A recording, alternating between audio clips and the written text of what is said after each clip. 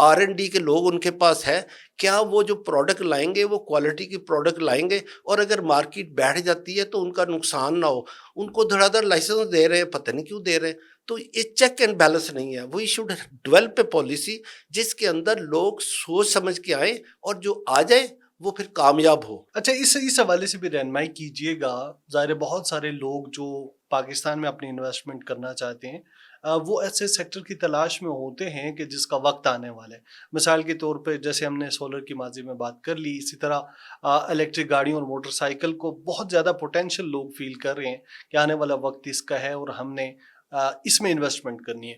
تو یہ sector investment کے لحاظ سے کیسا ہے, آپ نے اس کو کیسے پایا؟ جیسے آپ فرما رہے ہیں کہ آپ پہلے آدمی تھے جس کو یہ لائسنس ایوارڈ ہوا, آپ کیا مشورہ دینا چاہیں گے وہ لوگ جو کہ پاکستان میں اس سیکٹر میں انویسٹمنٹ کرنا چاہ رہے ہیں؟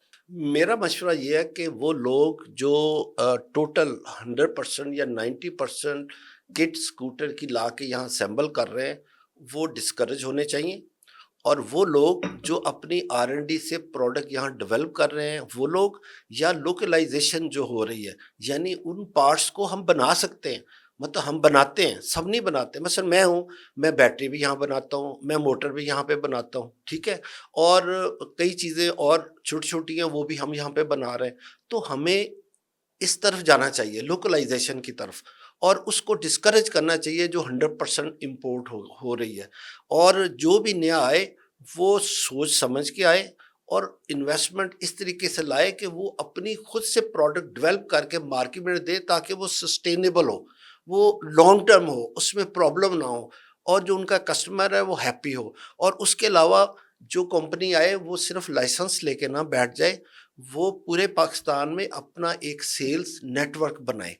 پھر سیلز نیٹ ورک کے ساتھ وہ اس کی آفٹر سیلز سروس کے سینٹر بنائے, کیونکہ یہ ایک نئی پروڈکٹ ہے, آئے دن اس میں کسی نہ کسی چیز میں پرابلم آتی ہے. اس کے 7 انگریڈینٹ ہیں جو ہم اس وقت امپورٹ کر رہے ہیں جو کہ الیکٹرک کٹ کہلائی جاتی ہے. اس کے کسی بھی حصے میں کوئی بھی چھوٹی سی بات ہو تو وہ بائک وہیں پہ کھڑا ہو جاتا ہے. تو اس کے لیے سیلز سروس سینٹر بہت ضروری ہیں. تو جو آدمی ان تمام انفراسٹرکچر کے ساتھ آتا ہے تو وہ بہت کامیاب ہوگا. جو ہیپیزرلی 2 لائنیں لگا کے لائسنس لے کے تو کام شروع کرے گا وہ ناکام ہو جائے گا, اس کی اصل جمع پونجی بھی ختم ہو جائے گی. بہت شکریہ. یہ فرمائیے گا, میں یہ جاننا چاہوں گا کہ ایک اور سوال جو ایک عام صارف کے ذہن میں, میرے ذہن میں ہے, وہ یہ ہے کہ پاکستان کا موسم ظاہر ہے تبدیل ہوتا ہے, یہاں سردی بھی بہت زیادہ ہے, یہاں گرمی بھی بہت زیادہ ہے.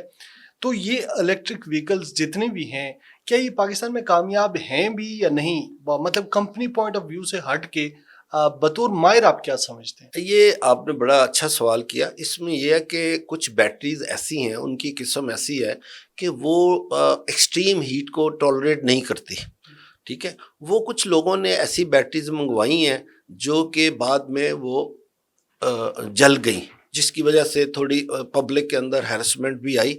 تو اس میں اسپیشلائز بیٹری وہ لانی چاہیے. ان گاڑیوں کو آپ سلیکٹ کریں جس کے اندر سیف بیٹری آپ کے پاس ہے, جو ہمارے اس ٹیمپریچر کو برداشت کر سکتی ہے.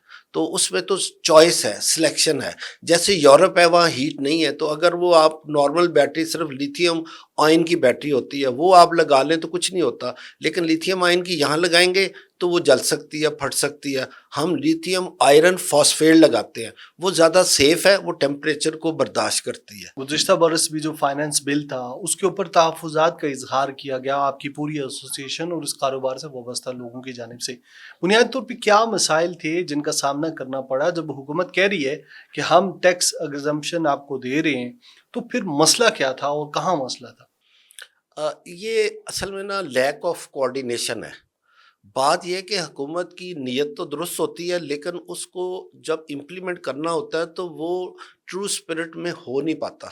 میں مثال آپ کو دیتا ہوں کہ جب 2021 کے اندر جب پالیسی ای وی کی آئی تو اس میں جو ہمارے 7 یہ جو پارٹس ہیں اس کے اوپر انہوں نے کہا کہ 1% ڈیوٹی ہوگی اور 0% سیل ٹیکس ہوگا اور باقی انکم ٹیکس ہے 5.5%.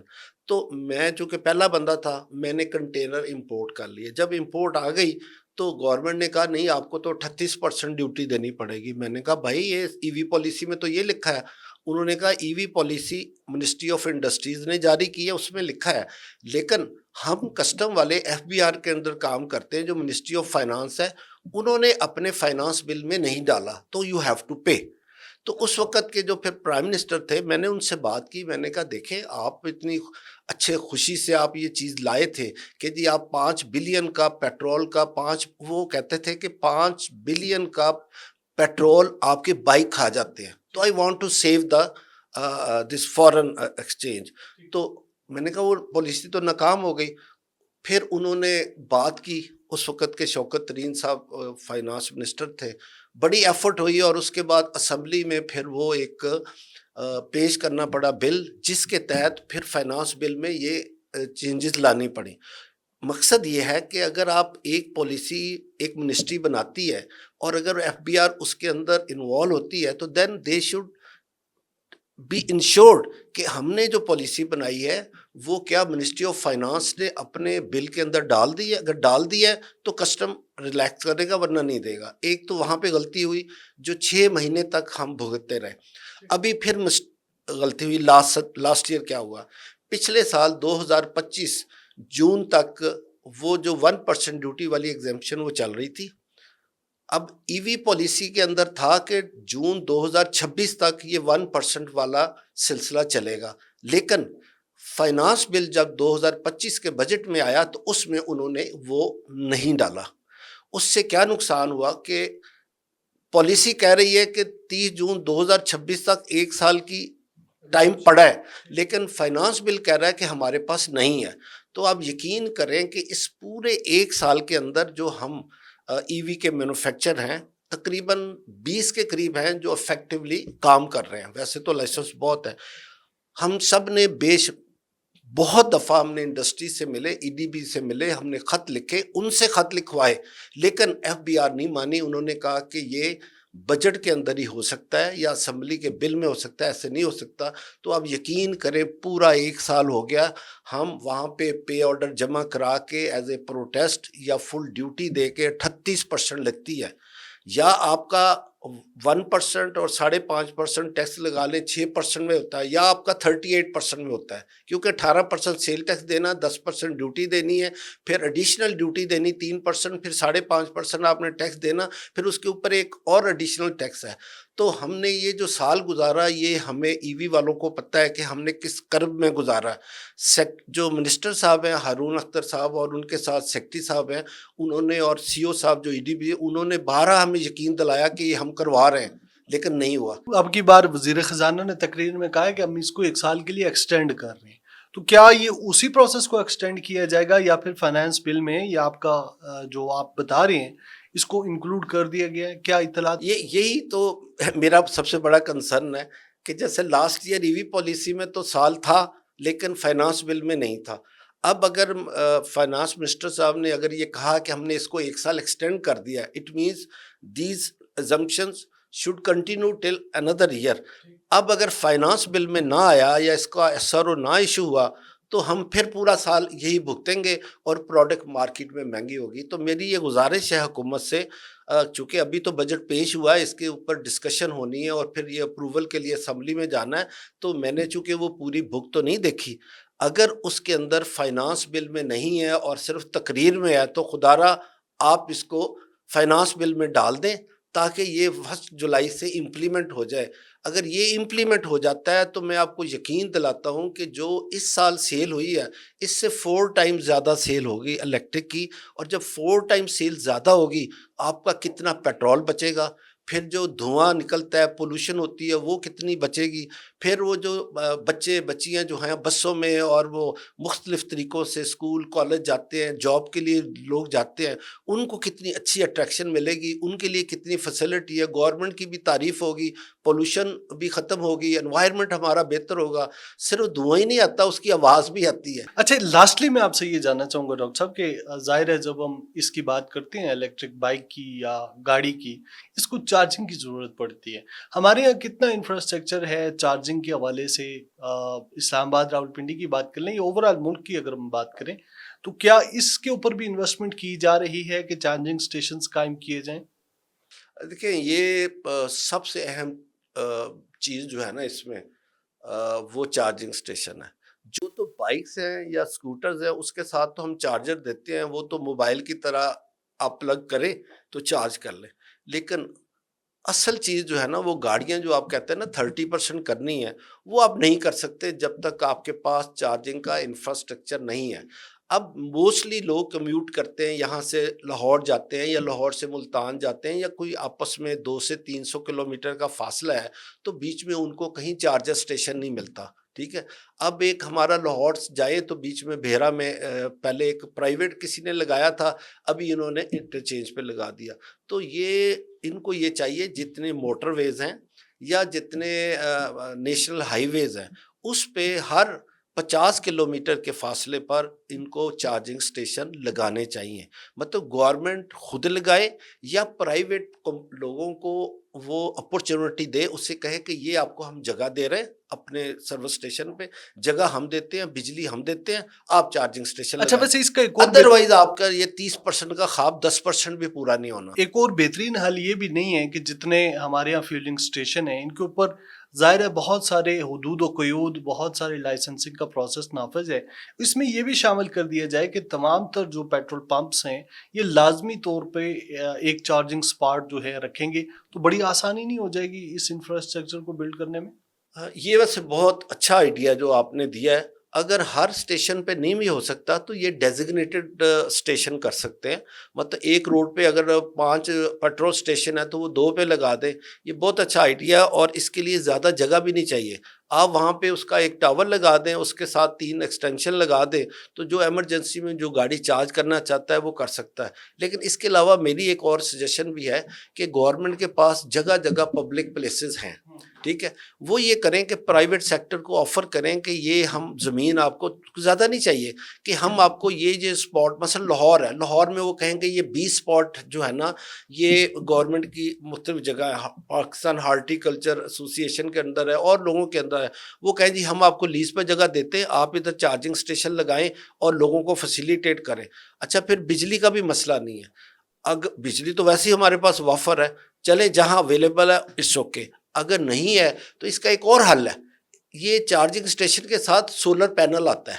جو چائنا میں کیا کیا انہوں نے, وہ ایک جگہ دے دیتے ہیں, اوپر سولر پلیٹ لگی ہوتی ہے, ساتھ میں ان کا بیٹری لگی ہوتی ہے, تو سولر بیٹری کے اندر کنزیوم کرتا ہے, بجلی سٹور کرتا ہے, گاڑی آتی ہے چارج کر کے چلی جاتی ہے. تو وہ بھی بہت آسان ہے. ہر چیز کا حل ہے اگر ہم نے کرنا ہے, لیکن جو بھی کرنا ہے ہمیں جلدی کرنا ہے اگر ہم نے 2030 تک کا ہدف پورا کرنا ہے. ایک آخری بات وہ رہ گئی کہ 3 ویلر کی ہم نے بات نہیں کی. 3 ویلر میں رکشہ اور لوڈر ہمارے پاس آ چکا ہے, 3 اور کمپنیوں کے پاس آ چکا ہے, اور اس کی کاسٹ بھی کوئی اتنی زیادہ نہیں ہے, تقریباً 7 لاکھ سے لے کے 9 لاکھ تک اس کی کاسٹ ہے. لیکن اگر آپ یہ دیکھیں کہ وہ 1 سال میں فیول کتنا بچاتا ہے رکشہ یا لوڈر, تو وہ اس کی سال کے اندر آدھی قیمت نکل آتی ہے. ہماری گورنمنٹ نے ایک اور انسینٹیو دیا ہے, میں اس میں بھی گورنمنٹ کی تعریف کرنا چاہوں گا کہ انہوں نے کہا کہ ہم 4 لاکھ کی سبسڈی دیں گے. جو آدمی رکشہ یا لوڈر الیکٹرک کا یوز کرے گا, فار ایگزامپل 8 لاکھ ہے تو اس نے 4 لاکھ دینا ہے, 4 لاکھ گورنمنٹ نے دینا ہے. ٹھیک ہے, لوڈر تو میں پبلک کو, چونکہ یہ پبلک نیوز ہے اور پبلک کو ہم میسیج دے رہے ہیں کہ میں یہ دعوت دیتا ہوں کہ جو رکشے والے ہیں, لوڈر والے ہیں, وہ اس اسکیم کا حصہ بنے. انجینئرنگ ڈیولپمنٹ بورڈ نے یہ اسکیم لانچ کی ہے اور اس کے اندر آپ رجسٹرڈ ہوں, آپ آدھے پیسے دیں, آدھے پیسے گورنمنٹ دے گی, اور آرام سے آپ چلائیں. نہ کوئی فیول آپ کو, نہ ٹک ٹک آواز آئے گی, نہ اس میں سے کوئی دھواں نکلے گا. جو کسٹمر بیٹھے گا وہ بھی سکون سے کمفرٹیبلی سفر کرے گا. اچھا لاسٹلی ڈاکٹر صاحب میں آپ سے یہ جاننا چاہوں گا کہ ایک ازمپشن ہے یا پھر مسکنسپشن ہے, آپ یہ کہہ سکتے ہیں کہ یہ جو الیکٹرک بائکس ہیں یہ واٹر پروف نہیں ہیں, اور جب ہمارے یہاں ظاہر بارشیں بہت زیادہ ہوتی ہیں تو بارش میں اس کے خراب ہونے کے امکانات بہت زیادہ ہیں. جب اس کی موٹر میں پانی جاتا ہے تو اس کا مطلب کہ آپ کی موٹر یا تو جل گئی یا پھر آپ اس سڑک پہ خار ہوں گے. دیکھیں یہ جو آپ بات کر رہے ہیں نا, ایسا ہے نہیں. یہ صرف ان بائک میں آئے گا جن کی فالٹی موٹر ہوگی یا فالٹی بیٹری باکس ہوگا. ادروائز جو ہم بنا رہے ہیں, جو موٹر ہے وہ سیل موٹر ہوتی ہے, موٹر کے اندر پانی نہیں جا سکتا. جو صحیح موٹر ہے. اسی طرح جو بیٹری ہے، بیٹری کو اس طریقے سے ہم بناتے ہیں کہ اس بیٹری کے اندر پانی نہ جائے. تو اگر صحیح دونوں چیزیں بنی ہیں تو پانی نہیں جائے گا، وہ خراب نہیں ہوگی. ہاں البتہ اگر مینوفیکچر کی طرف سے کوئی سستی ہے یا کوئی چیز ہے تو پھر ایسا ممکن ہے. لاسٹلی یہ فرمائیے گا پریسائزلی کہ جس اسکیم کا آپ نے ذکر کیا کہ گورنمنٹ جو ہے وہ سبسیڈائز کر رہی ہے 3 ویلر کو، کیا اس سبسڈی کے حوالے سے 2 ویلر کے حوالے سے بھی سبسڈی ہے، اور اگر ہے تو اس کا طریقہ کار کیا ہے؟ جی ہاں، ابھی انجینئرنگ ڈیولپمنٹ بورڈ نے ایک اسکیم اناؤنس کی ہے. اس کے کل ٹینڈر کلوزنگ ڈیٹ ہے. اس میں 1,00,000 بائک انہوں نے اناؤنس کی ہے. فیڈرل گورنمنٹ نے اس کو پیو کہتے ہیں، پیو اسکیم. اس میں انہوں نے یہ کہا ہے، اس کی ڈفرینٹ آپشنز ہیں. اس میں انہوں نے یہ کہا ہے کہ ایک طریقہ یہ ہے کہ کوئی بھی کنزیومر واک ان کسی ڈیلر یا کمپنی کے پاس چلا جائے، جا کے اس سے فل پیمنٹ دے، بائک خرید کے اس کا رجسٹریشن سرٹیفکیٹ وہ ای ڈی بی کو بھیجے تو ان کو 80,000 مل جائے گا. دوسرا طریقہ انہوں نے یہ کہا ہے کہ جو مینوفیکچر ہے، جیسے ہم لوگ ہیں، کہ ہم کسٹمر سے 80,000 لیس کر کے وہ پیسے لے لیں، اس کو بائک دے دیں، اور بعد میں ہم پھر ای ڈی بی سے کلیم کر لیں، یعنی اسٹیٹ بینک سے. تو یہ بہت اچھی اسکیم ہے. اس میں 1,13,000 کی ایک اسکیم ہے اور 1,00,000 کی الگ ہے. تو یہ تقریباً 2.25 بائک ہے، اور اس میں 3,000 3 ویلر ہیں. تو میں یہ کہنا چاہوں گا آپ کے توسط سے عام لوگوں کو کہ یہ فیڈرل گورنمنٹ کی ای ڈی بی کی بہت اچھی اسکیم ہے. آپ اس کو ویل کریں. آپ فل پیمنٹ دے کے جو چیز لے رہے ہیں، اور اگر آپ کے پاس پیسے کم ہیں یا کوئی مشکل ہے، اسکیم کا حصہ بنے. آپ ٹرسٹ کریں، حکومت پہ ٹرسٹ کریں، ہم پہ ٹرسٹ کریں. اگر آپ بائک خریدتے ہیں تو آپ کو 80,000 ضرور ملے گا. بس تھوڑا سا ایک پروسیجر ہے جس کے لیے تھوڑا ویٹ کرنا پڑتا ہے. Confidence, you have to build a confidence کہ اگر آپ فل قیمت پہ بھی لیتے ہیں تو حکومت آپ کو 80,000 دے گی. تو یہ سارے انسینٹیو اس لیے ہیں، گورنمنٹ کہہ رہی ہے کہ جو ہمارے اسٹوڈنٹ ہیں یا ہمارے جو جاب کے لیے جاتے ہیں ان لوگوں کے لیے اٹریکشن بھی ہو، پولوشن بھی ختم ہو، فیول کا بل بھی بچے، اور لوگ پھر آرام سے سفر کر سکیں. ڈاکٹر صاحب آپ کے قیمتی وقت کا بے حد شکریہ. ناظرین، پوڈ کاسٹ آپ نے دیکھا، یقینی طور پر اس میں جو معلومات ہے وہ آپ کے لیے فائدہ مند ہے، اور ضرورت اس امر کی ہے کہ پاکستان جس ویژن کے تحت آگے بڑھ رہا ہے اس کے اوپر عملی اقدامات بھی کیے جائیں.